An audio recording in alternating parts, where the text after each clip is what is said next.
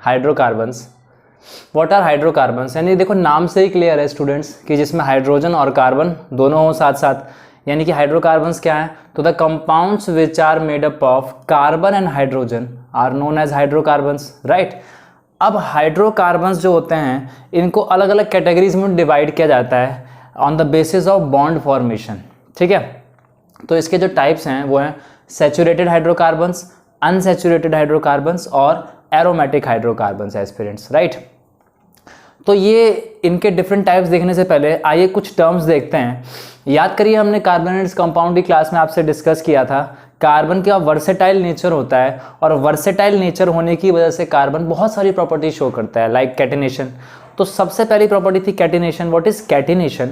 तो catenation is the self linkage property of carbon atom with a long chain of carbon family, यानी कि carbon carbon carbon आपस में जुड़ते जाते हैं और एक लॉन्ग चेन बनाते हैं, ठीक है, उसको कैटिनेशन कहते हैं, राइट एस्पिरेंट्स।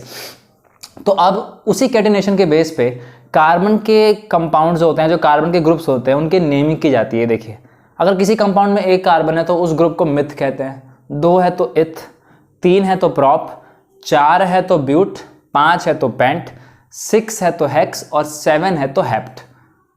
सिंपल है। तो कैसे याद करना है? Myth, eth, prop, but, pent, hex और हेप्ट। और आपको पता है कि 8 मतलब ऑक्टागन होता है क्योंकि ऑक्टागन की 8 साइड्स होती हैं, तो बेसिकली 8 के लिए ऑक्ट टर्म यूज होता है, राइट एस्पिरेंट्स। तो कहीं ना कहीं बहुत सिंपल है, दोबारा रिपीट करते हैं। Myth, eth, prop, but, paint. पहले 5 तक रिपीट करते हैं। Myth, eth, prop, but, paint. Myth, eth, prop, but, paint. Myth, eth, prop, but, paint. Myth, eth, prop, but, paint. Myth, eth, prop, but, paint. याद हो गया? Simple. एक carbon है तो मिथ, 2 कार्बन है तो इथ, ये बेसिकली प्रीफिक्स होते हैं जो पहले लगते हैं।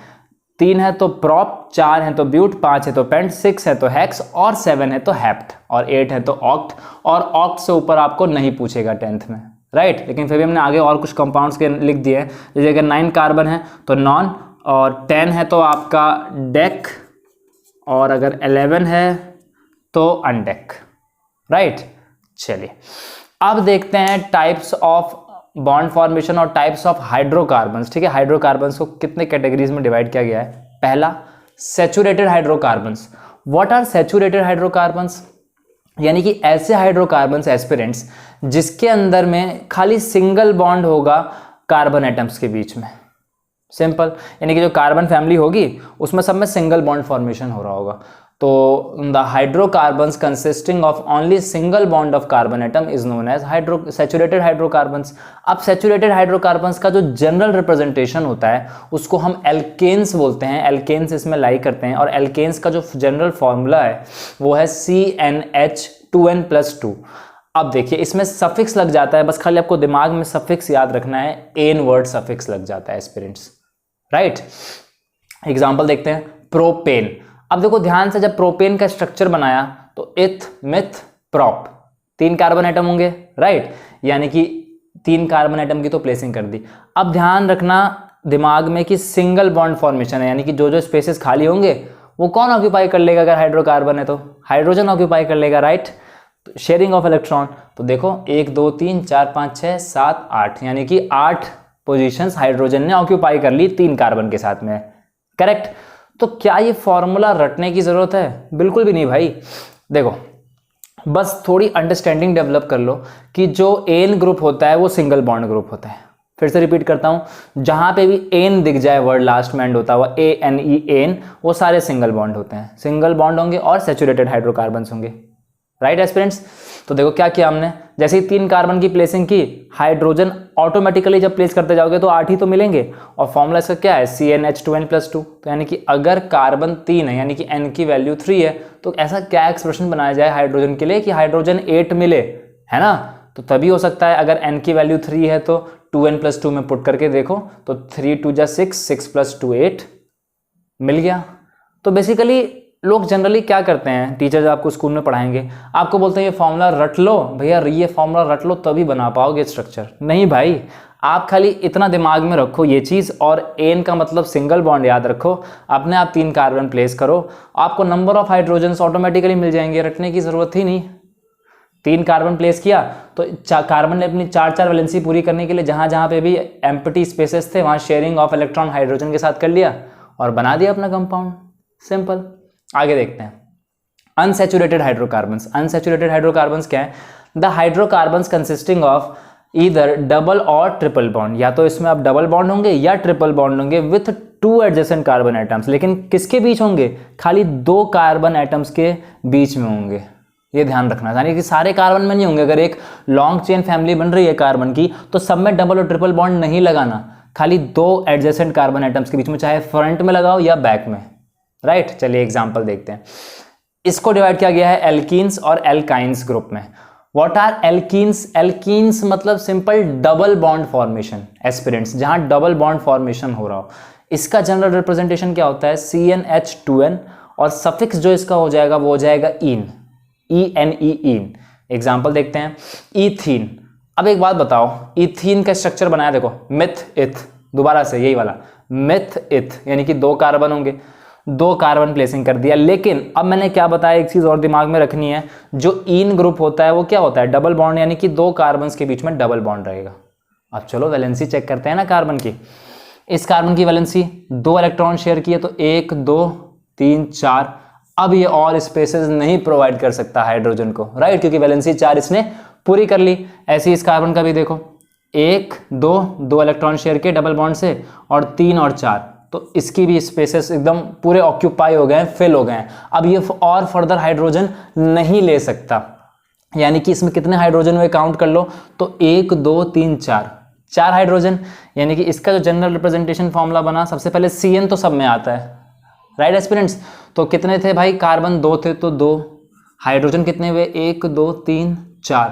तो हाइड्रोजन 4 कब होंगे? थोड़ा दिमाग लगाओ, n को किससे मल्टीप्लाई करोगे कि 4 आए, और यहाँ पे N2 है तो 2 2 = 4, यानी कि C2H4 जब बनेगा तो जनरल रिप्रेजेंटेशन क्या रहा होगा? CnH2n। लो, मिल गया, बिना रटने की जरूरत ही नहीं, अंडरस्टैंडिंग से स्ट्रक्चर बनाया, फॉर्मूला डिराइव कर दिया। लोग फॉर्मूला लिखवा के रटवाते हैं फिर स्ट्रक्चर बनवाते हैं, हम स्ट्रक्चर बनाएंगे उससे जनरल रिप्रेजेंटेशन फॉर्मूला निकाल देंगे, राइट एस्पिरेंट्स। चलिए, ये हो गया इथीन। अब देखते हैं आपका alkynes group. Alkynes means triple bond formation, और इसका जनरल रिप्रेजेंटेशन जो फॉर्मूला होता है वो होता है CnH2n-2। अब एक चीज तो आप लोगों ने नोटिस की होगी, जैसे ही हम सैचुरेटेड से अनसैचुरेटेड की तरफ आ रहे हैं तो क्या हो रहा है? नंबर ऑफ हाइड्रोजन बॉन्ड्स जो है वो कम होते जा रहे हैं। क्यों? रीजन बहुत सिंपल है, क्योंकि कार्बन क्या कर रहा है? डबल और ट्रिपल बॉन्ड फॉर्मेशन शो कर रहा है। तो अगर कार्बन ऑलरेडी डबल और ट्रिपल बॉन्ड बना लेगा तो स्पेसेस उसके ऑक्यूपाई हो जाएंगे भाई, क्योंकि उसके आउटर मोस्ट शेल में 4 इलेक्ट्रॉन होते हैं। 4 इलेक्ट्रॉन है तो स्पेसेस भर जाएंगे डबल ट्रिपल बॉन्ड की वजह से, और हाइड्रोजन को जगह नहीं मिलेगी एडजस्ट करने के लिए, तो हाइड्रोजन ऑटोमेटिकली डिलीट होते जाएंगे। सिंपल। तो देखिए अब एल्काइंस में क्या हुआ, इसका फॉर्मूला बन गया C2H4। अब एल्काइंस मतलब जहां पे ट्रिपल बॉन्ड की बात हो रही हो एस्पिरेंट्स, राइट। इसका जनरल रिप्रेजेंटेशन देखा, CnH2n-2। सफिक्स है इसका आइन ग्रुप, यानी कि YNE, लास्ट में वर्ड लग जाएगा आइन। अब देखो एग्जाम्पल ईथाइन। अब जैसे ईथाइन का एग्जाम्पल देखा हमने, तो ईथाइन में क्या है भाई? ईथाइन अगेन मिथ इथ, 2 कार्बन एटम, राइट एस्पिरेंट्स। तो 2 कार्बन एटम बनाए, लेकिन प्रॉपर्टी क्या होती है भाई कि 2 एडजेसेंट कार्बन एटम्स के बीच में ही डबल और ट्रिपल बॉन्ड शेयर हो पाएगा, राइट। तो देखो ट्रिपल बॉन्ड लगाया। अब देखो वैलेंसी पूरी करते हैं कार्बन की, 1 2 3 4 वैलेंसी पूरी है कार्बन की, एक ही हाइड्रोजन है। अब अगर ऊपर नीचे हाइड्रोजन लगाओगे ना तो स्ट्रक्चर गलत हो जाएगा, क्योंकि भैया कार्बन की वैलेंसी तो पूरी हो गई ना, टेट्रावैलेंट कंपाउंड है ये, है ना, कोवैलेंट कंपाउंड है, शेयरिंग ऑफ इलेक्ट्रॉन करता है। इस कार्बन की वैलेंसी भी देखो 1 2 3 और 4, इसकी वैलेंसी भी पूरी है। यानी कि अब हम इसमें चाहकर भी और हाइड्रोजन एटम्स नहीं प्लेस कर सकते, खाली 2 हाइड्रोजन एटम आएंगे। और इसका फॉर्मूला क्या हो जाएगा? C2H2। अब C2H2 से जनरल ये वाला फॉर्मूला बनाते हैं ना, देखो हमको पता था कि इथ ग्रुप है तो कार्बन तो 2 होंगे, यानी कि n की वैल्यू तो 2 है। अब भाई हाइड्रोजन 2 आए तो ऐसा क्या एक्सप्रेशन बने कि हाइड्रोजन 2 आए और अगर n 2 है तो 2n-2, क्योंकि 2 2 तो 4 हो जाएगा, 4 - 2 2, तो H2n-2। बिना रटे ये फॉर्मूला भी डिराइव कर लिया, रटने की जरूरत ही नहीं, खाली ये चीज दिमाग में याद रखो। एन याद रखो सिंगल बॉन्ड, इन याद रखो डबल बॉन्ड और आइन याद रखो ट्रिपल बॉन्ड, खत्म, रटने की जरूरत ही नहीं, फॉर्मूला अपने आप हो जाएगा, प्रीफिक्स और सफिक्स लगाते जाओ, क्वेश्चन सॉल्व करते जाओ। तो हमने देखा कि जैसे ही सैचुरेटेड हाइड्रोकार्बन अनसैचुरेटेड हाइड्रोकार्बन की तरफ आता है, यानी कि सैचुरेटेड हाइड्रोकार्बन्स में नंबर ऑफ हाइड्रोजन एटम्स ज़्यादा होंगे, लेकिन अनसैचुरेटेड हाइड्रोकार्बन्स में वही हाइड्रोजन एटम्स धीरे धीरे धीरे मिनिमल होते जाते हैं या कम होते जाते हैं, राइट। चलिए अब देखते हैं aromatic hydrocarbons. What are aromatic hydrocarbons? तो देखो नाम में ही इसके एरोमा है ना, एरोमा क्या होता है? फ्रेश स्मेल, है ना, रिवाइविंग स्मेल। तो बेसिकली एरोमेटिक हाइड्रोकार्बन्स ऐसे हाइड्रोकार्बन्स हैं जो कि इंडस्ट्रियल यूज इनका बहुत होता है। फॉर एग्जांपल पेस्टिसाइड्स बनाने में यूज़ होते हैं, राइट, डिटर्जेंट्स बनाने में यूज़ होते हैं, फैक्ट्रीज वगैरह में जो डिटर्जेंट्स बनते हैं तो उसमें ये एरोमेटिक हाइड्रोकार्बन्स यूज़ किए जाते हैं। ये बेसिकली इनका साइक्लिक स्ट्रक्चर होता है, ठीक है, साइक्लिक स्ट्रक्चर। तो यानी कि अ हाइड्रोकार्बन दैट कंटेन्स वन और मोर बेंजीन रिंग्स और बेंजीन फैमिली, यानी कि जितनी भी बेंजीन की फैमिली होगी, यानी कि जिसमें कि 6 कार्बन होंगे और पूरा एक साइक्लिक कार्बन स्ट्रक्चर बनाएंगे, ऐसे कंपाउंड्स को एरोमेटिक हाइड्रोकार्बन्स कहा जाता है। एग्जाम्पल देखते हैं इसका। एग्जाम्पल है C6H6 यानी कि बेंजीन। देखो 1 2 3 4 5 6 6 कार्बन और 1 2 3 4 5 6 6 हाइड्रोजन है, तो C6H6 का स्ट्रक्चर ये बन जाएगा। ये आप लोगों का बेंजीन का स्ट्रक्चर है। नाम में ही एरोमा है, एरोमेटिक कंपाउंड जिसमें से एक फ्रेश एरोमा आता है, ठीक है, एक स्मेल आती है, एक फ्रेगनेंस आती है। तो वो जो फ्रेगनेंस जो जनरेट होती है बेसिकली, तो उसके इंडस्ट्रियल यूजेस हमने देखे, राइट। तो फिर से एक बार रिकॉल कर लीजिए भाई। 1 कार्बन के लिए मिथ, 2 के लिए इथ, 3 के लिए प्रॉप, 4 के लिए ब्यूट, 5 के लिए पेंट, 6 के लिए हेक्स, 7 के लिए हेप्ट और 8 के लिए ऑक्ट। यानी कि meth eth prop but pent hex hept, meth eth prop but pent hex hept, meth eth prop but pent hex hept और 8 के लिए ऑक्ट, राइट। तो चलिए कुछ क्वेश्चंस करते हैं सॉल्व और देखते हैं बिना फॉर्मूला रटे कर पाएंगे हम लोग। आइए स्टूडेंट्स देखते हैं। पहले आप इसका स्क्रीनशॉट ले लीजिए। चलिए अगर मैं अब क्वेश्चंस की बात करूं,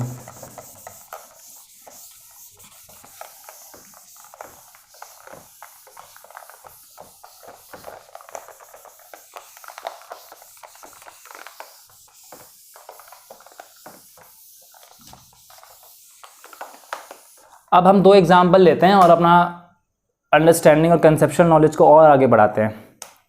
हम बनाते हैं ऑक्टेन। अब देखिए सबसे पहले क्या देखना था, ये वाला फॉर्मूला रटने की जरूरत ही नहीं, CN वाले फॉर्मूले, बस कंसेप्ट लगाना है। क्या ऑक्ट? सर आपने बताया था कि ऑक्ट जो होता है उसमें कार्बन कितने होते हैं? 8 होते हैं। एन है यानी कि सिंगल बॉन्ड फैमिली चल रही है, ठीक है, यानी कि क्या है? सैचुरेटेड हाइड्रोकार्बन्स है, राइट। तो चलिए प्लेसिंग करते हैं। 1 2 3 4 5 6 7 8, ठीक है, 8 कार्बन हो गए। अब जो पोजीशंस हैं खाली, वैलेंसी पूरी करनी है ना कार्बन की, 4 वैलेंस इलेक्ट्रॉन होते हैं आउटर मोस्ट शेल में, तो करते हैं ना पूरी। 1 2 3 4 5 6 7 8 9 10 11।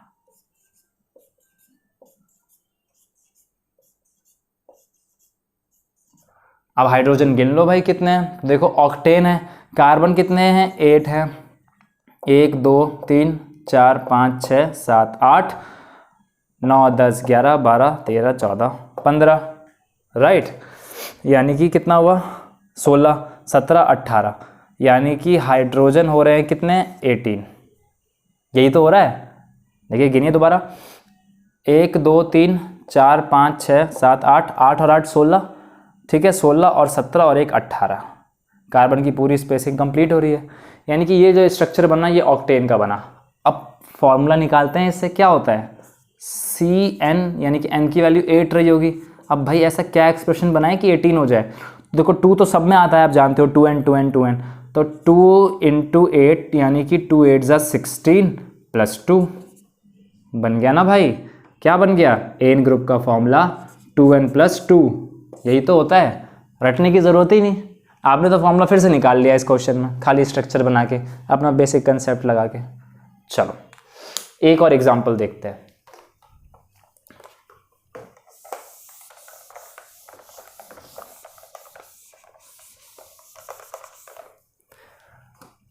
अगले एग्जांपल मैं लेने जा रहा हूं ट्रिपल बॉन्ड के लिए ब्यूटाइन। अब जब ब्यूटाइन की बात होगी तो again myth, eth, prop, ब्यूट, 4 carbon, लेकिन चारों में ट्रिपल बॉन्ड नहीं लगेगा। अब आइन ग्रुप है यानी कि ट्रिपल बॉन्ड की बात हो रही है, तो 1 2 3 और एक जगह पे ट्रिपल बॉन्ड लग जाएगा आपका। राइट एस्पिरेंट्स, हाइड्रोजन की प्लेसिंग करते हैं। 1 2 3, 1 2 3 4, इस कार्बन की वैलेंसी पूरी। 1 2 3 4, इस कार्बन की वैलेंसी पूरी। देख रहे हो आप मैं क्या कर रहा हूँ, मैं कार्बन के आउटर मोस्ट 4 इलेक्ट्रॉन्स जो होते हैं उसको बैलेंस कर रहा हूँ, हाइड्रोजन के साथ में शेयर करवा रहा हूँ, उस हिसाब से मैं स्पेस को ऑक्यूपाई या फिल कर रहा हूँ। अब देखो इस कार्बन के 1 2 3 4 वैलेंसी पूरी है, 1 2 3 एक और जगह खाली है तो वो हाइड्रोजन ऑक्यूपाई कर लेगा ऐसे करके, तो ये ब्यूटाइन बना। यानी कि ब्यूटाइन का फॉर्मूला क्या बना भाई, ब्यूटाइन का फॉर्मूला बन गया आपका C4 और 1 2 3 4 5 6 C4H6। चेक करते हैं भाई, आइन ग्रुप है यानी कि ट्रिपल बॉन्ड वाला फॉर्मूला आएगा, यानी कि 2n-2 वाला आएगा, तो CN की वैल्यू कितनी है 4। अब ऐसा क्या एक्सप्रेशन बनाएं कि 6 हो जाए, तो 2 × 4 2 × 4 8 8 - 2 6 बन गया ना भाई। क्या बन गया, ये बन गया आपका CnH2n-2 जो आपका आइन ग्रुप का फॉर्मूला होता है। तो देखो आपने फिर स्ट्रक्चर बनाया और फॉर्मूला निकाल दिया, सिंपल। तो कार्बन एंड कंपाउंड मुश्किल नहीं है, थोड़ा कंसेप्चुअल है। आप चीज़ों को दिमाग में अगर कंसेप्चुअली समझ के क्वेश्चंस को इम्प्लीमेंट करेंगे तो यू कैन ईजिली सॉल्व, कोई भी बड़ी से बड़ी वैल्यू का आप बना सकते हैं। आप चाहे pentane, hexane, butane, propene, propyne, propane, ठीक है, मीथेन, कुछ भी स्ट्रक्चर आप बना सकते हैं। चलिए, thanks for joining aspirants Mantra.